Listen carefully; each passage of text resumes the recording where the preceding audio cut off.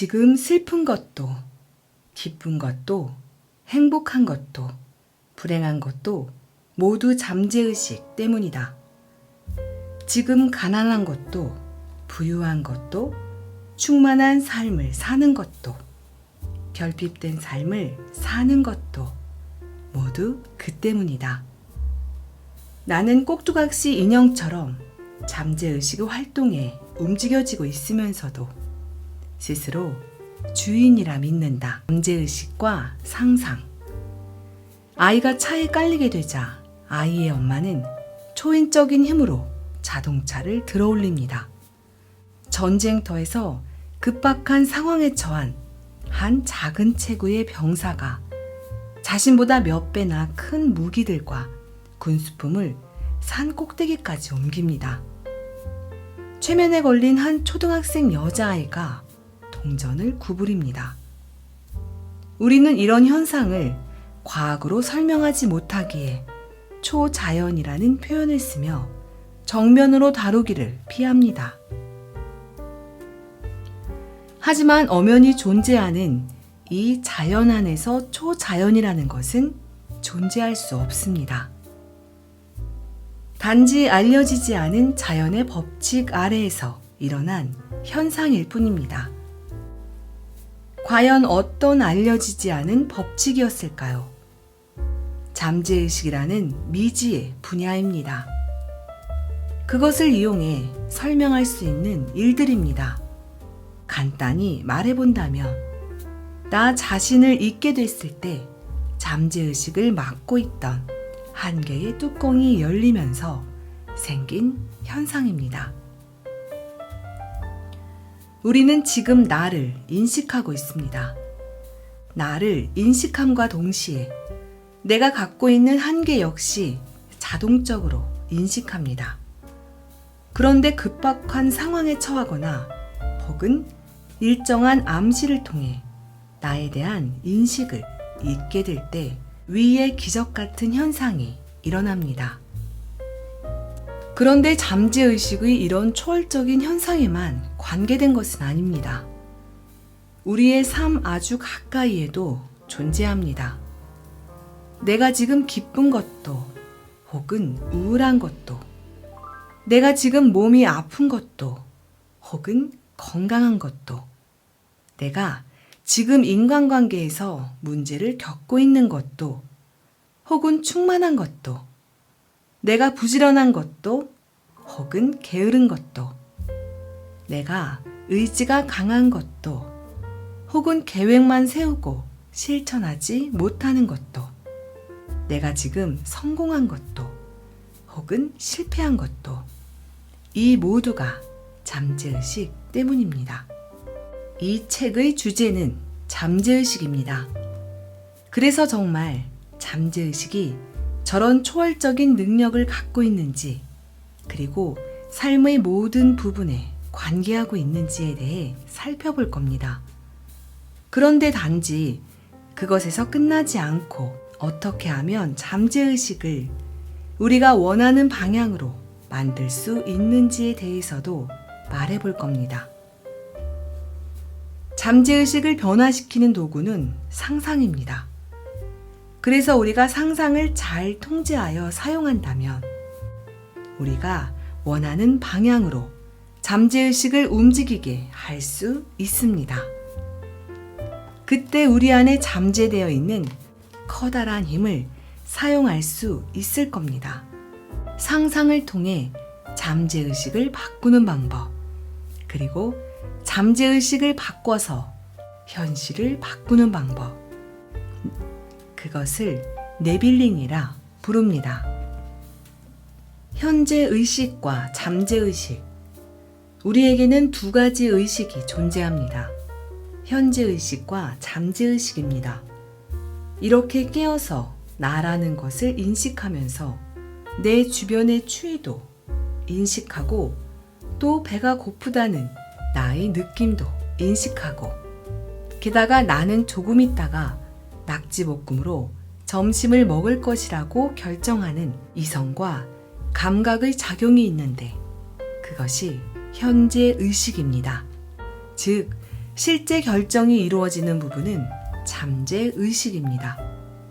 우리가 전혀 체감하지 못하지만 잠재의식은 저 뒤에서 모습을 드러내지 않고 작은 목소리로 함대를 움직이게 하는 사령관처럼 계속해서 우리의 현재의식에게 어떤 명령을 은밀히 내리면서 일정한 방향으로 행동하게 합니다.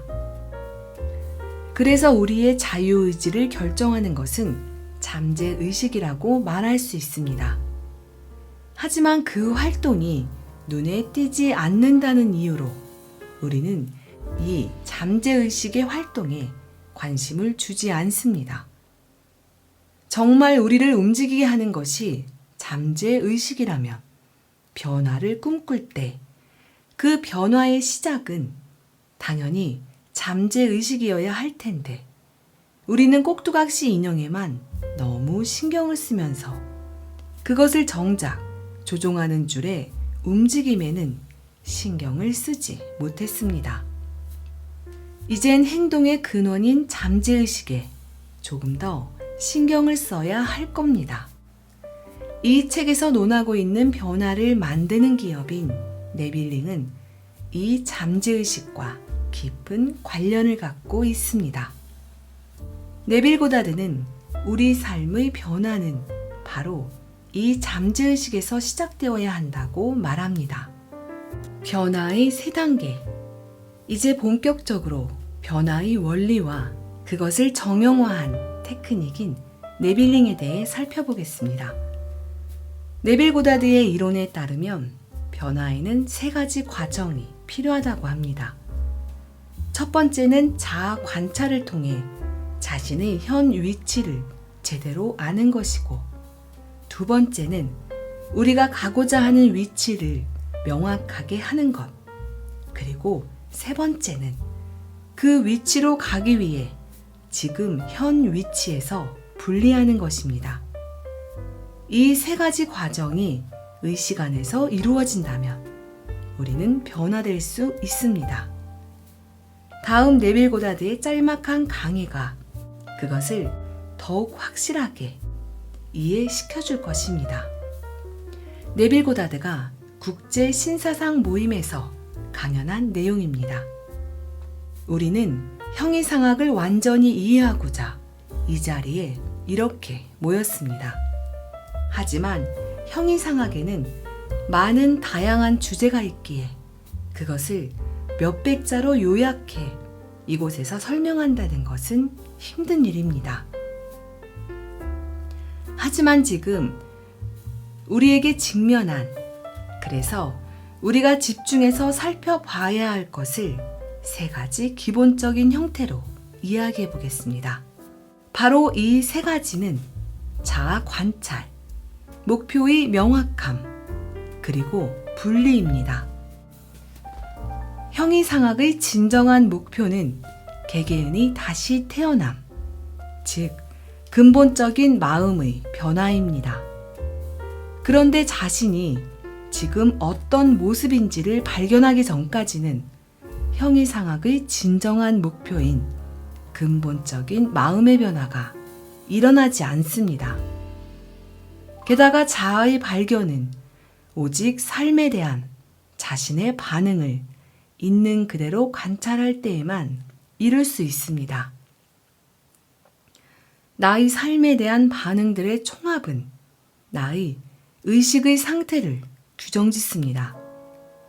그리고 또 이런 나의 의식 상태가 내 삶에 나타나는 상황과 환경들을 끌어당깁니다. 그래서 형이상학의 실천적 측면의 출발점은 바로 자아 관찰입니다. 자신을 관찰해 본다면 내가 삶에 어떻게 반응하고 있는지를 발견하게 됩니다.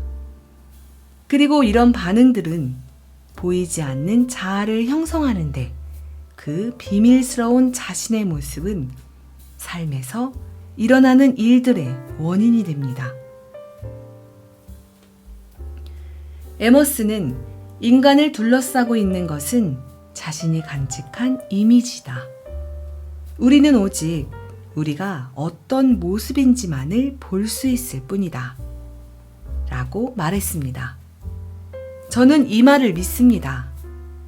확실히 바깥 세상의 모습과 내면의 모습 사이에는 확실한 연결고리가 있습니다. 그래서 우리의 외부적인 삶을 끌어당기는 것은 언제나 내면의 상태라고 말할 수 있습니다. 그렇기 때문에 우리가 변화하고자 한다면 언제나 자신의 현재 모습을 가지고 시작해야만 합니다.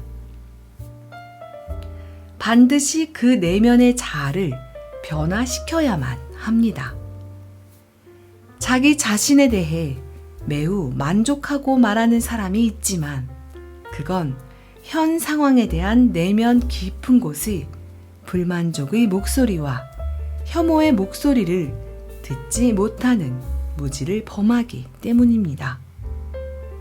그런데 불만족을 인식하고 있는 사람들의 경우에도 그들이 관심을 두는 것은 불쾌한 외부 환경이나 아니면 자기 주변을 어슬렁거리는 불쾌한 사람입니다. 그런 외부적인 환경이나 타인을 항상 문제의 원인이라 생각합니다. 그런데 실은 그 불만족의 원인은 자신이 가장 좋아한다고 여겼던 자신에게 있을 뿐입니다.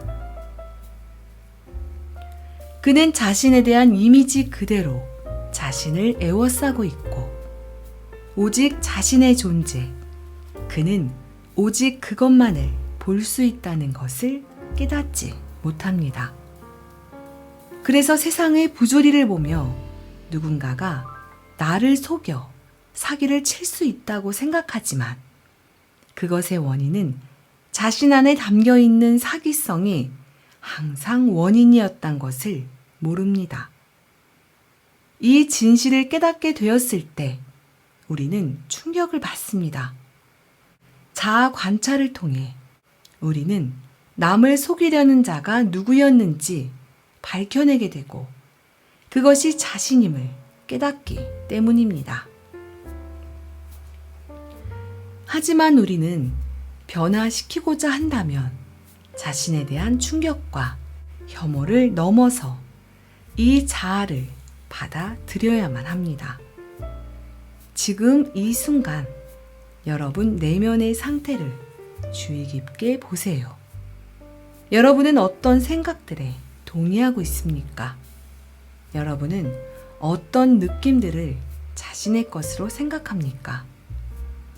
여러분은 반드시 여러분 내면의 위치가 어디인지를 주의 깊게 살펴야만 합니다. 대부분 사람들은 자신들이 친절하고 자애로우며 관대하고 아량 있으며 남을 비난하지 않고 고귀하다 생각하지만 삶에 대한 우리의 반응을 있는 그대로 관찰해보면 조금도 친절하거나 자애롭지도 관대하거나 아량 있지도 비난하지 않거나 고귀하지도 않다는 것을 깨닫게 될 겁니다. 그러면 이 자아가 바로 우리가 먼저 받아들인 후에 바꾸기 시작해야만 하는 대상입니다. 다시 태어남은 우리가 바깥 세상에서 어떤 업적을 쌓느냐에 달린 것이 아니라 우리의 자아에서 어떤 일을 하느냐에 달려 있습니다. 이 자아를 변화시키지 않는다면 그 누구도 다시 태어날 수 없습니다.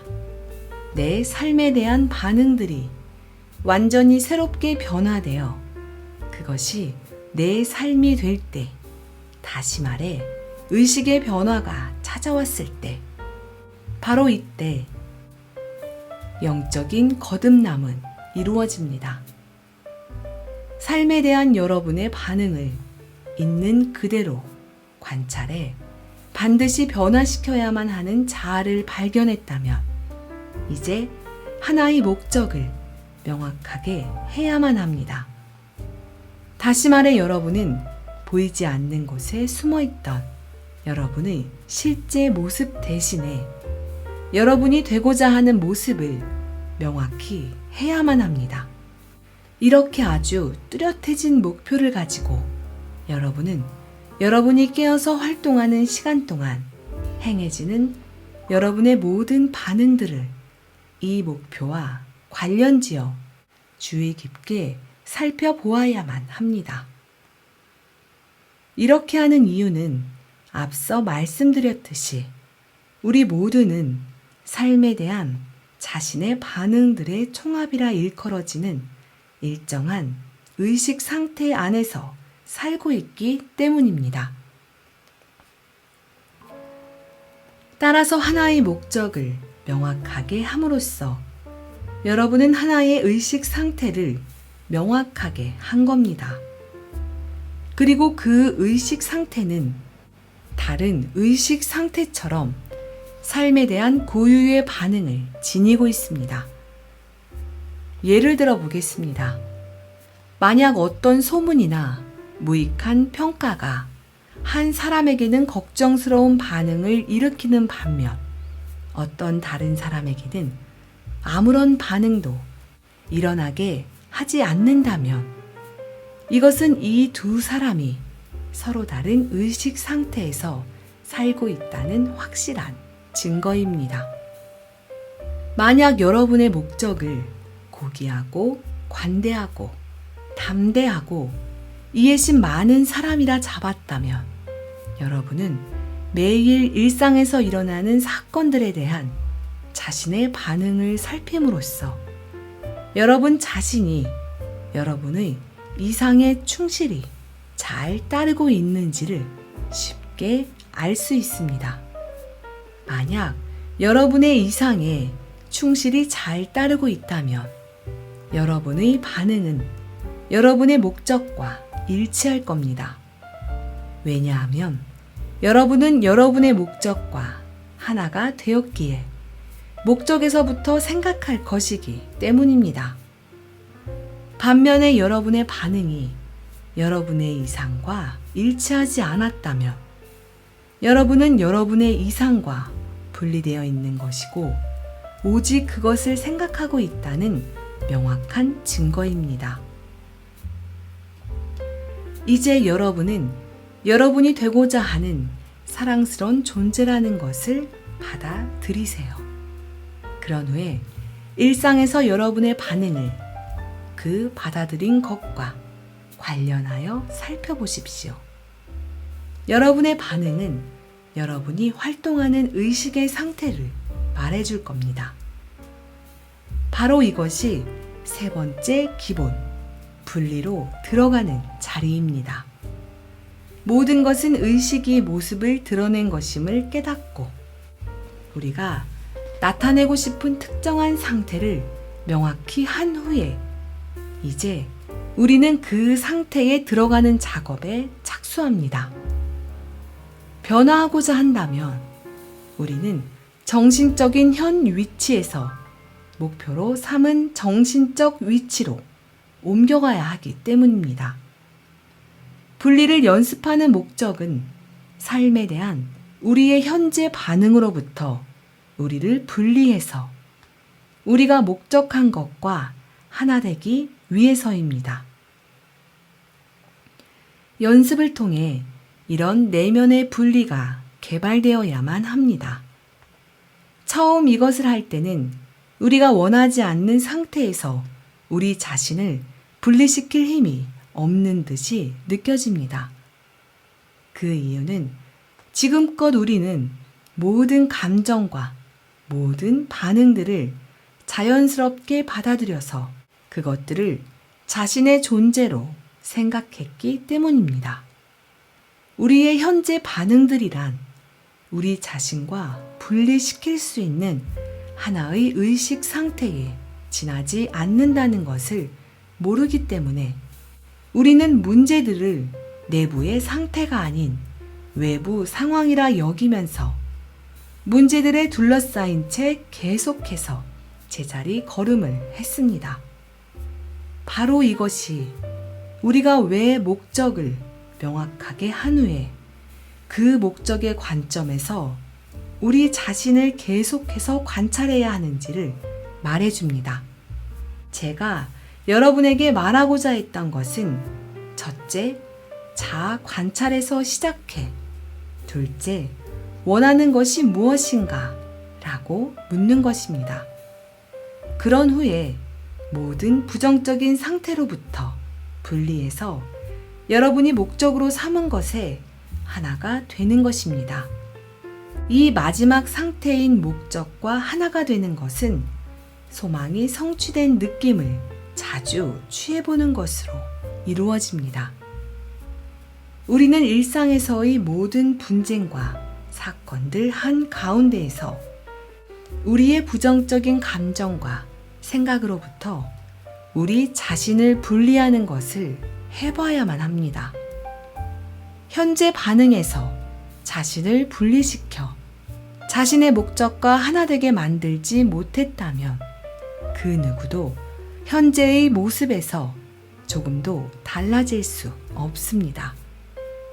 여러분은 삶의 모든 축복과 저주 한가운데에서 부정적인 상태에 대한 분리, 그리고 소망이 성취된 느낌을 가져보는 것을 반드시 해야만 합니다.